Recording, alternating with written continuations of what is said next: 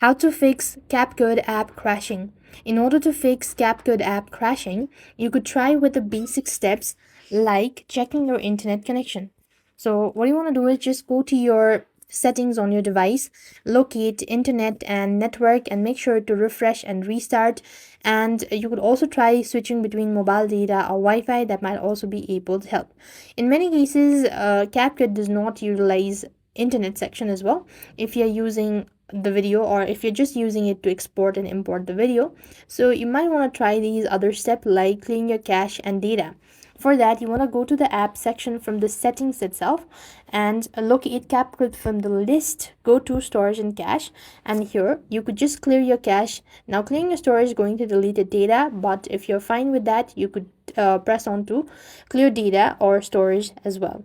Once you're done, you could then go with the step number 3, that is updating your app.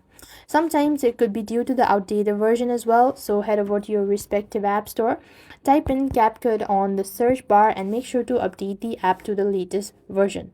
If nothing works out, you know the drill. What you need is just simply restart the device at the same time, reinstall your CapCut app, and that should definitely help you out.